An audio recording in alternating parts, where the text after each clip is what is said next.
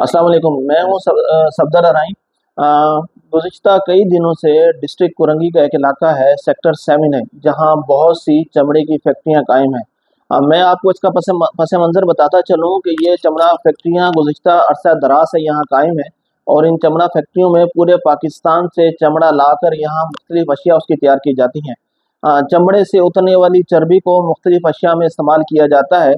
लेकिन हैरत अंगेज़ तौर पर इस कुरंगी के सेक्टर 7 है, जो कि चमड़ा मंडी भी कहलाता है। सेक्टर 7 है के अंदर ये पूरी एक चमड़ा फैक्ट्रियाँ आबाद हैं, जहाँ से बड़े पैमाने पर चमड़े का कारोबार किया जा रहा है। चमड़े का कारोबार करना, इंडस्ट्री लगाना बहुत ही खुशाइन बात है। हमारे मुल्क का रेवेन्यू से जनरेट होता है, बहुत ही बेहतरीन अमल है। लेकिन इस चमड़े के कारोबार के पस मंज़र में एक बहुत ही घिनौना धंधा किया जा रहा है, जिसको वक्की का नाम दिया जा रहा है। असल में दर हकीकत ये वक्की है क्या चीज़?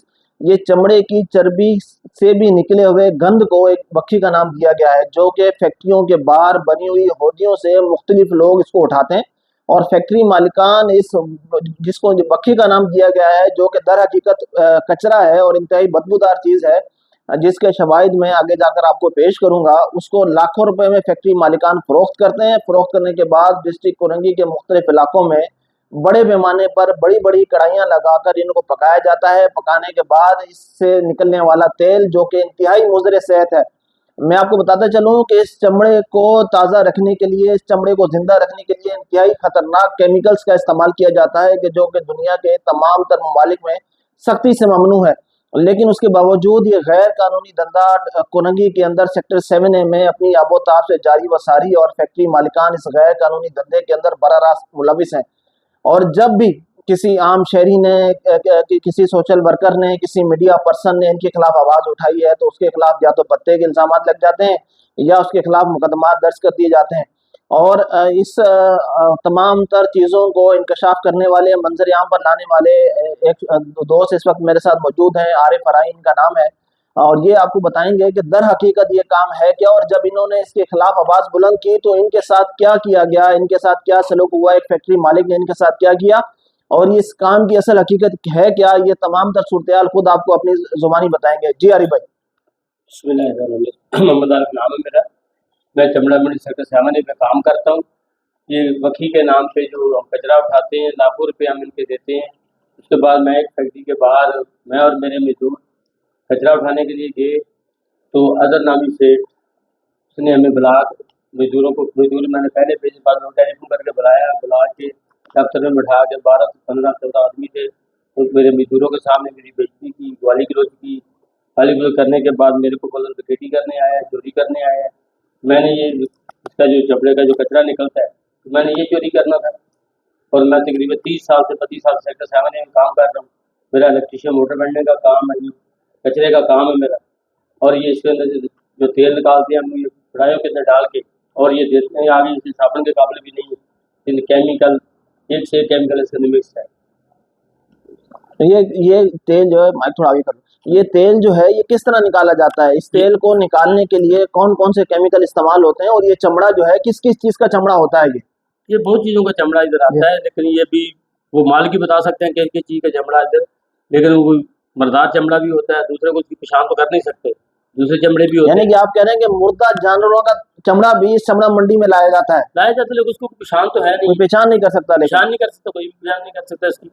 और उसके जितने जो कढ़ाई में डाल के हम लोग तेजाब मारते हैं, इसको हाइड्रोजन मारते हैं, और कई केमिकल है, उसको मार के साबुन के काबिल भी नहीं है।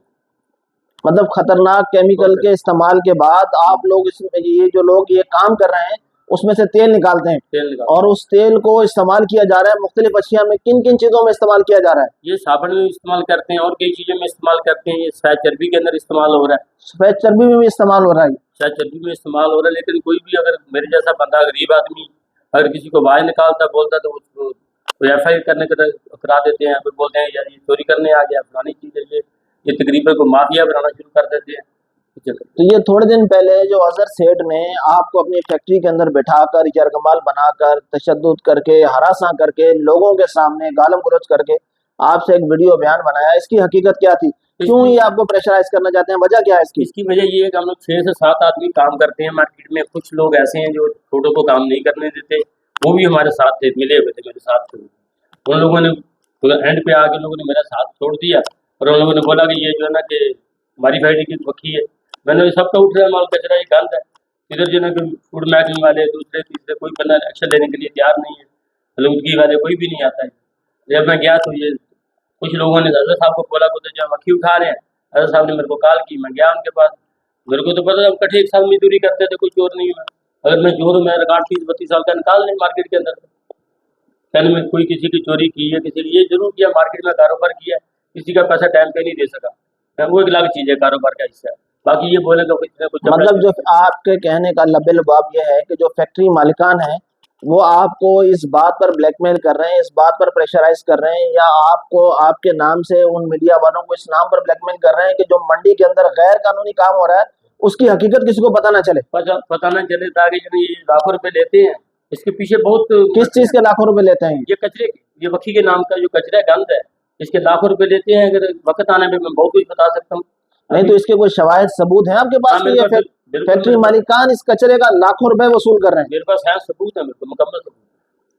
वक्त आने पे मैं पेश करूँगा। ये देखें, ये एक हैरत अंगेज बात है कि एक ऐसा कचरा जो कि गंदगी है, जिसको ये वकी का नाम देकर फैक्ट्री मालिकान लाखों रुपए वसूल कर रहे हैं, और कोई भी मीडिया का नुमाइंदा, कोई भी अखबारी रिपोर्टर, किसी चैनल का कोई रिपोर्टर जब भी इनके खिलाफ कोई कार्रवाई करता है तो उसके खिलाफ या तो चोरी और डकैती की एफआईआर करवाने की कोशिश की जाती है या उसके खिलाफ बत्ते का इल्जाम लगा दिया जाता है।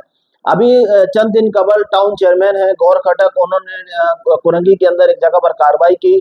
एक समाजी रहनुमा है अल्ताफ, जो कि एक वेलफेयर के जनरल सेक्रेटरी भी हैं, मेरे साथ इस वक्त मौजूद हैं। वो उस वक्त वहाँ तमाम तर कार्रवाई में मौजूद थे जिन्होंने इस तमाम तर कार्रवाई की निशानदेही की। उसकी निशानदेही के ऊपर टाउन चेयरमैन ने कार्रवाई की। इंतहाई बदबूदार और गलीज किस्म की चीजें वहाँ पाई गई। एक मीडिया टीम ने उसको कवरेज किया, लेकिन बाद बार उन पर भी बत्ते के और चोरी के इल्जाम लगाए गए। असल में वो वाकया हुआ क्या था? अल्ताफ इस वक्त मेरे साथ मौजूद है। अल्ताफ से जानने की कोशिश करेंगे कि वो तमाम तर वाकया क्या हुआ क्या था और उसकी हकीकत क्या थी और वहाँ क्या काम हो रहा था। जी अल्ताफ भाई। अस्सलाम वालेकुम। अल्ताफ से नगड़ो, वेलफेयर मौला हुसैनाबाद वेलफेयर का जनरल सेक्रेटरी हूँ जिला कुरंगी। जनाब, बात यह है कि मेरी वहाँ जनरल सेक्रेटरी में अहले माले की शिकायत मेरे पास आई। मैंने उसके लिए पहले एसएसपी को, डीसी को और एसएचओ को दरखास्त दे चुका था, कार्रवाई नहीं हो रही थी। आखिर मैंने गौर खटक भाई और शाह फजल टाउन चेयरमैन ने उसको दरखास्त दी। उसने मेरी दरख्वास्त पे मेहरान टाउन सेक्टर 6C में एक गैर कानूनी वकी चल रही थी, चर्बी का जो ना वो दिल पे पिघल कर और नमको वगैरह बना के जो ना लोगों में मार्केट में बेचते हैं, कढ़ाइयाँ लगी हुई बड़ी बड़ी, वहाँ पे रेड करवाया मैंने। मैं साथ गया था गौर भाई के साथ। उसके बाद उन्होंने अच्छा अल्ताफ भाई, यहाँ ये बताइएगा कि जो सेक्टर जहाँ आप ये बता रहे हैं, ये कारखाना किसी रिहायशी आबादी के अंदर है या कोई फैक्ट्री एरिया है? ये नहीं सर, पूरी रहायश है। अभी अभी यूनिवर्सिटी में सारे घर बने और पड़ोस में बीच में वो बना हुआ है। उसका रात को ये चलाते हैं, रात को उसका धुआं उड़ता है, दिन को ये क्या चलाते हैं? क्या लगा हुआ वहाँ पर? चूल्हे लगे हुए हैं? क्या चीज है वहाँ पर जिससे धुआं उठ रहा है? सर उसमें बड़ी बड़ी कढ़ाइयाँ लगी हुई हैं और कढ़ाई में जो ना ये चर्बी पिघला कर तेल निकाल कर ये मार्केट में चिप्स वगैरह नमकों के लिए इस्तेमाल कर रहे हैं, साबुन के नाम पर। साबुन तो बनता ही नहीं। गंदगी से, आपका कहने का मकसद ये है कि इस गंदगी से बड़ी बड़ी कढ़ाइयां लगाकर तेल पकाया जा रहा है, तेल पकाया जा रहा है और उस तेल को नीमको और दीगर चीजें पकाने के लिए इस्तेमाल किया जा रहा है। इसका मकसद तो यह हुआ कि आरिफ अराइन जो बात कह रहा है वो 100% दुरुस्त है कि इस गंदगी को इस्तेमाल किया जा रहा है तेल बनाने के लिए। तो फिर आगे क्या हुआ सर? उसके बाद हमने जो ना गौर साहब जो चेयरमैन साहब वो सामान लेके आए एनक्रोचमेंट। उसके बाद इसने क्या किया कि जाके एसएचओ के पास जोर लगाया और एसएसपी साहब के पास जोर लगाया कि वो काम उसका वहाँ से नहीं हुआ। ये फौरन जो भागा सिटी कोर्ट, 22 का ऑर्डर लेके आया। 22 का ऑर्डर जो है इन्वेस्टिगेशन करता है एसएचओ। इन्होंने इतना असर रसूख और इनका जोर इतना है, डायरेक्ट एसएसपी साहब खुद उसकी इन्वेस्टिगेशन कर रहा है। इतना बड़ा केस, 4 करोड़ का केस, हम गरीब बंदे जो शिकायत हमने की है इसके खिलाफ, जो गंदगी के खिलाफ दरखास्त की चेयरमैन साहब को, उसकी सजा हमारे 4 करोड़ एफआईआर की मिल रही है। दोबारा कौन ऐसे मेरे काम करेगा? तो आपके कहने का मकसद यह है कि कोई भी जो इसकी निशानदेही करता है, कोई भी शख्स, मीडिया पर्सन या आम आदमी या अहले मोहल्ला का शख्स, जो भी कोई इनकी निशानदेही करता है, इनके खिलाफ आवाज बुलंद करता है, तो उसके खिलाफ ये कार्रवाई करवाते हैं, उसके खिलाफ चोरी की एफआईआर करवाते हैं, बत्ते के इल्जाम लगाते हैं। जी सर, ये दुरुस्त है। अभी ताज़ा वाकया 2-4 दिन का वाकया है। आप थाना KI में जाएं, देखें, हमारी रिपोर्टें देखें कि कबीर ने हमारे खिलाफ क्या क्या कार्रवाई की है। और कहाँ बैठा हुआ है, उसकी जो ना बहुत सारे अभी तो क्या बताएं, जो ना हम तो गरीब आदमी हैं। आपकी शिकायत क्या है और आप अरबाब इख्तियार से, एसएसपी कुरंगी से, वज़ीर आला सिंध से, मेयर कराची से क्या मुतालबा करना चाहते हैं इनके खिलाफ? मैं तो सर रिक्वेस्ट कर रहा हूँ, अभी सारे अफसरों को रिक्वेस्ट कर चुका हूँ यहाँ पर। अभी जो मैं सीएम सिंध को, गवर्नर सिंध को और डीसी जिला कुरंगी को और एसएसपी साहब को रिक्वेस्ट करता हूँ कि इस पे कंट्रोल करें और लिहाजा जो हमें भी तहफ़्फ़ुज़ दिया जाए, ताकि हम गरीब आदमी वहाँ घूम रहे थे तो पैसे वाले बंदे हैं, हमारे बर्बाद है तो हम फिर कहाँ गए, हमारे घर वालों को राशि का पता भी नहीं होगा। ये हम एसएसपी साहब से, डीसी साहब से रिक्वेस्ट कर रहे हैं आला अफसरान से कि हमें सिक्योरिटी भी दो और इस गंदगी को खत्म किया जाए, ताकि दूसरे गरीब आवाम भी आवाज उठाएं किस गंदगी की वजह से। ठीक है सर। मेरे साथ कादिर भाई मौजूद हैं और इस तमाम तर सूरत हाल को कादिर भाई बड़ा करीब से देखते हैं और तमाम तर सूरत हाल को बड़े अच्छे से समझते हैं कि आया ये मामलात हैं क्या, और ये फैक्ट्री मालिकान आया ये किस चीज़ की जो पैसे लाखों रुपए किस चीज़ का वसूल कर रहे हैं, और आखिर ये हो क्या रहा है मंडी के अंदर, ये किस चीज़ का चमड़ा आता है, इसमें कौन सा केमिकल इस्तेमाल होता है, और आरिफ ने जो बातें की हैं और अल्ताफ़ ने जो बातें की हैं इसमें कितनी सदाकत है, ये हम कादिर भाई से जानने की कोशिश करेंगे और कादिर भाई से हम पूछेंगे कि इसकी हकीकत क्या है। जी कादिर भाई। जी बिस्मिल्लाहिर्रहमानिर्रहीम। जी ये बात हकीकत है कि आरब के ऊपर इतना प्रेशर डाला गया और इसको फैक्ट्री में तकरीबन कोई 2 घंटे बिठाया गया और इसका नंबर भी बंद कर दिया गया ताकि किसी से रब्ता नहीं कर पाए, और उसके साथ मेरे 2 बच्चे भी थे। फिर एक और फैक्ट्री का सेठ है, उसको मैंने कॉल की, मैं भी वहाँ पे मौके पे नहीं था, तो उसने फिर उनसे बात करके वो बच्चे बाहर निकलवाए। उन्होंने शायद 15 कॉल भी कर दी थी, जो कि बाद में उन्होंने वापस ली। तो 15 कॉल करने पे क्या पुलिस वहां नहीं पहुंची थी?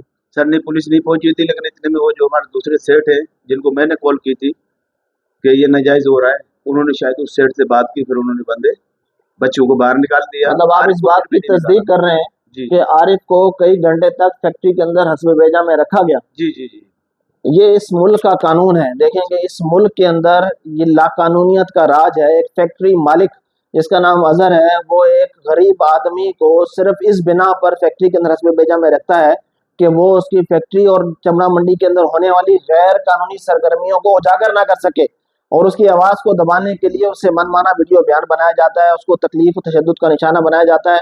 मैं गुजारिश करूंगा एसएसपी कुरंगी से, डीआईजी ईस्ट से, एडिशनल आईजी कराची से, आईजी सिंध से कि खुदारा वो देखें कि इस मामले की हकीकत क्या है और इस मामले के अंदर शफाफ इंक्वायरी के बाद इन लोगों के खिलाफ कार्रवाई होनी चाहिए। कादिर भाई ये बताइएगा कि ये जो वक्की का जिसको नाम दिया जा रहा है, ये कारोबार है क्या चीज़? सर ये कारोबार मैं भी करता था। तकरीबन 2022 में मेरे पे भी एफआईआर हुई, जो अभी तक केस ये चल रहा है कोर्ट के अंदर। तो मैंने ये फैसला कर लिया कि ये कोर्ट से जब तक क्लियर नहीं होता मैं ये काम नहीं करूँगा।